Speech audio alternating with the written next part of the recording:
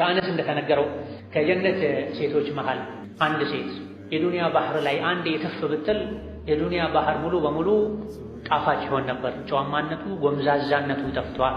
የጀነት ሴት ኺማሯ ፀጉሯ ላይ ጣል የምታደርገው ሻርፕ ከዱንያና ዱንያ ላይ ካሉ ነገሮች ሁሉ ይበልጣል ተብሏል።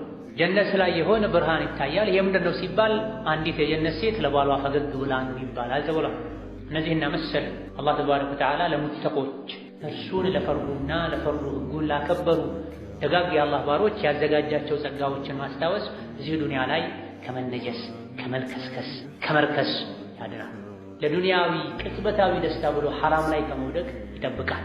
እዚህ የተነጀሰ አኺራ የሚጸዳው በጀሃነም እሳት። እስከ መቼ ለምኖረው ነው የምነጀሰው ብቆሸው ወደ ዝሙት የሚሄደው ወደ ኸምር የሚሄደው ወደ ስርቆት የሚሄደው? መቼ እንደሞት አላውቅም።